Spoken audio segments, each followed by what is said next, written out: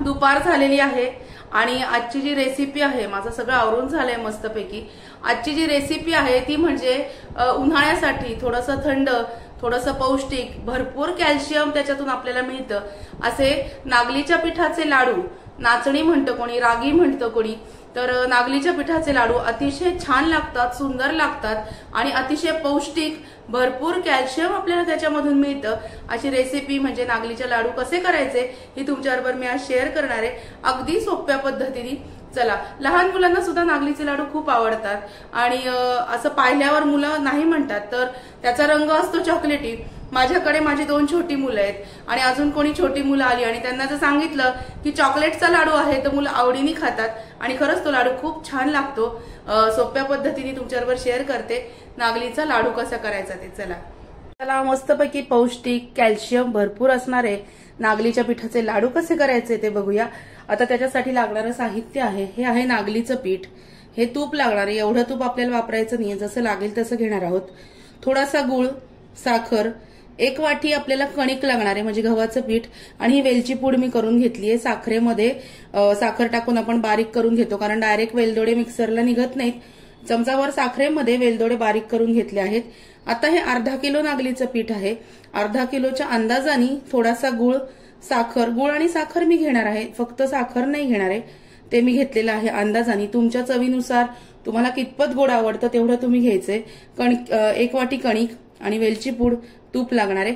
आता बघूया, हे सगळं छान भाजून घ्यायचंय आपल्याला, नागलीचं पीठ आणि कणिक तुपावरती। तर बघूया काय प्रोसिजर आहे ते। चला, कढई गॅसवर ठेवलेली आहे। मी साधारणतः पीठ भाजण्यासाठी मोठी कढई घेतली आहे, म्हणजे जरा सोपं पडतं, अगदी छोट्या कढईमध्ये भाजलं जात नाही व्यवस्थित। आता हे तूप साधारणतः 1 वाटी तूप मी याच्यामध्ये घेतलेलं आहे पीठ भाजायला। नागलीचं पीठ खूप पौष्टिक आणि खूप सुंदर लागतात हे लाडू, तुम्ही पण नक्की करून बघा। मी तुम्हाला दाखवते कसे करायचे ते, आणि आपल्या घरामध्ये आहे त्या साहित्यामध्येच हे आपण करतोय। असं बाहेरून काही आपल्याला विकत आणायचंय किंवा खूप काही खर्चिक काम आहे असं काही नाहीये। चला, नागलीचं पीठ तुमच्याकडे दळलेलं असेल तरी चालेल, तुम्ही विकत आणलं तरी सुद्धा चालेल, तसं काही याला बंधन नाहीये। बघूया, थोडंसं तूप मेल्ट होत आलं की नागलीचं पीठ हळूहळू त्याच्यामध्ये टाकायचं आणि भाजून घ्यायचं। लागत लागत पीठ घालायचं। साधारणतः अर्धा किलो लाडूला 2 वाट्या तूप लागतं माझ्या अंदाजाप्रमाणे, जेणेकरून लाडू व्यवस्थित वळता यायला हवा। अगदी कोरडं राहिलं तर मग लाडू वळता येत नाही। आणि एक टीप लक्षात ठेवा, हे लाडू करताना याला दुधाचा वगैरे हात लावायचा नाहीये, कारण हे जास्त दिवस टिकतात। दुधाचा हात लावल्यानंतर मग काही काही लाडू खराब होतो, बुरा येतो, त्याच्यामुळे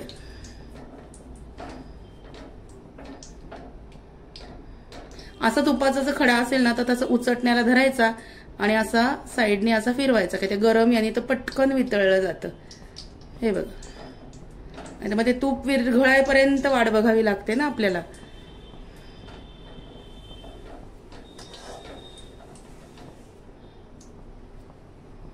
चला, तूप बऱ्यापैकी सगळं आपलं विरघळलेलं आहे, त्याच्यामध्ये आता हे नागलीचं पीठ घालूया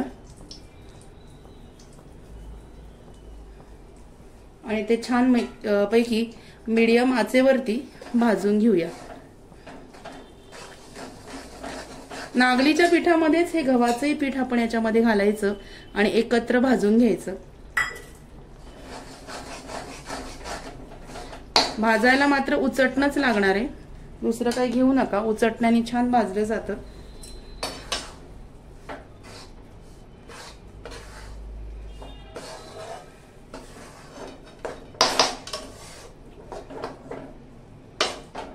हे मस्तपैकी भाजून घेऊया।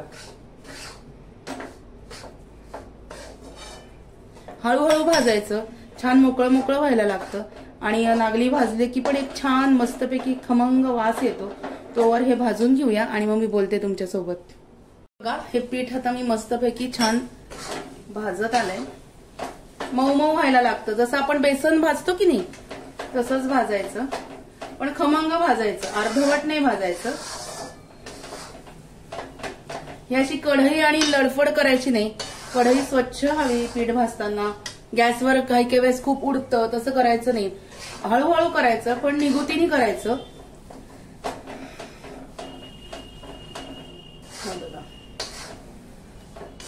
मस्त असं भाजून घेऊया. खमंग पीठ भाजून घ्यायचं म्हणजे लाडू पण छान लागतात, कचरट अशी चव लागत नाही.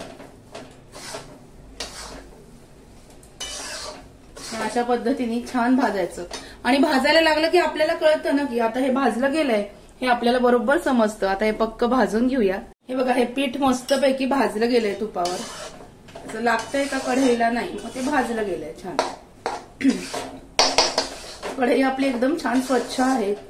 कुठेच पीठ चिटकतंय का? नाही चिटकत. हे बघा, म्हणजे हे पीठ व्यवस्थित आपलं भाजलं गेलेलं आहे नागलीचं. आता हे आपण एका परातीमध्ये थंड करण्यासाठी काढून घेऊया.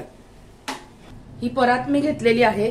या परातीमध्ये थंड थोडंसं होण्यासाठी काढून घेऊया, कारण एवढे गरम गरम लाडू आपल्याला वळता येणार नाही.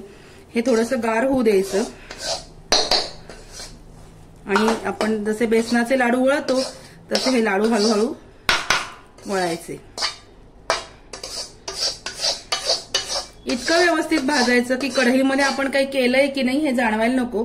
कढई स्वच्छ पाहिजे अशी, पीठ कुठलं चिटकता कामा नये. इतकं व्यवस्थित आणि काळजीपूर्वक हे पीठ आपण भाजायचं. थोडं असं उचटण्याने पसरवायचं म्हणजे ते पटकन गार होईल.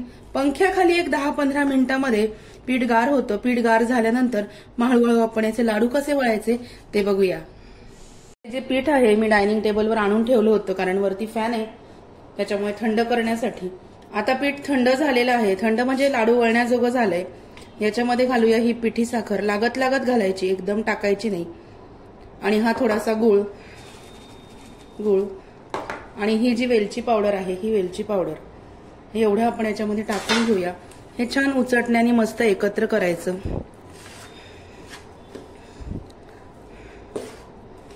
हे बघा,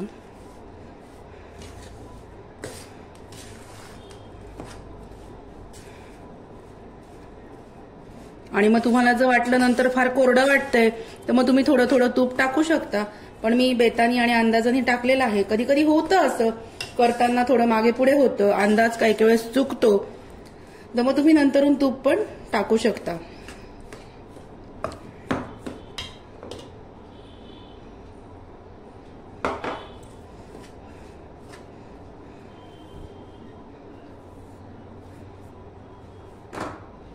थोडं थोडं हातानेच असं चोळून घ्यायचं.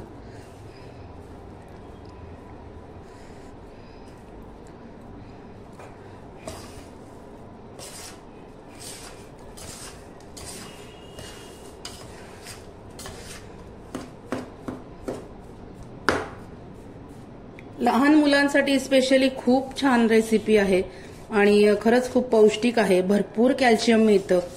इतरत्र कॅल्शियम घेण्यापेक्षा नॅचरल सोर्सने जर आपण कॅल्शियम घेतलं तर ते जास्त बेनिफिशियल आहे आपल्याला.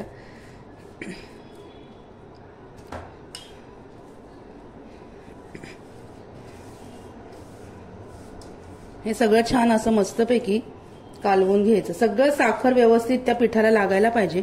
हे मस्त मी कालवून घेते आणि मग बोलते तुमच्या बरोबर. तुम्हाला असं वाटलं हाताला चटका बसतोय तर हे बघा, असं सपाट बुडाचा चमचा घ्यायचा आणि असं असं करून सगळं हे छान मस्तपैकी मिक्स करून घ्यायचं. ते असं हलवता हलवता गार होतं आणि मग लाडू वळायला आपल्याला सोपं बसतं. पण ही पिठी साखर आणि गुळ जे आहे हे सगळ्या सारणाला लागलं पाहिजे, नाही तर मग अर्धवट इकडे आणि अर्धवट तिकडे असं नको व्हायला. हे मस्त छान कालवून घ्यायचंय.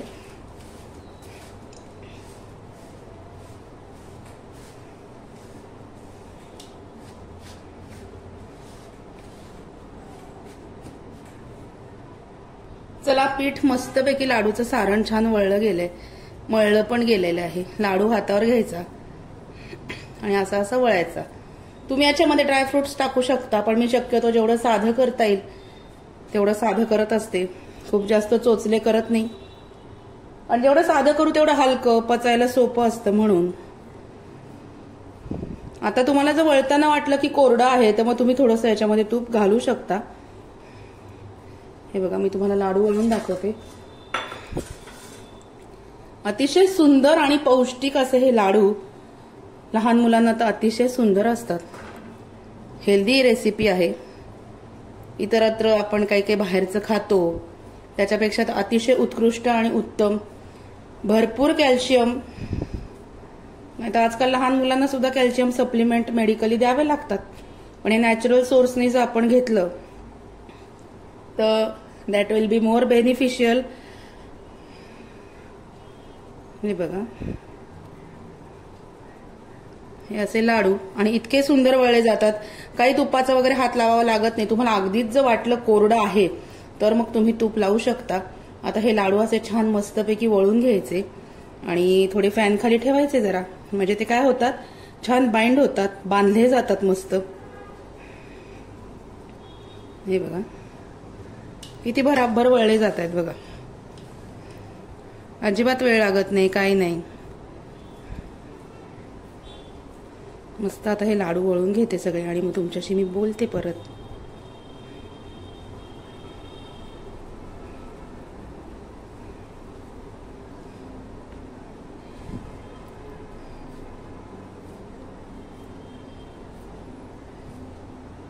हे बघा मस्त नागलीचे लाडू तयार आहेत.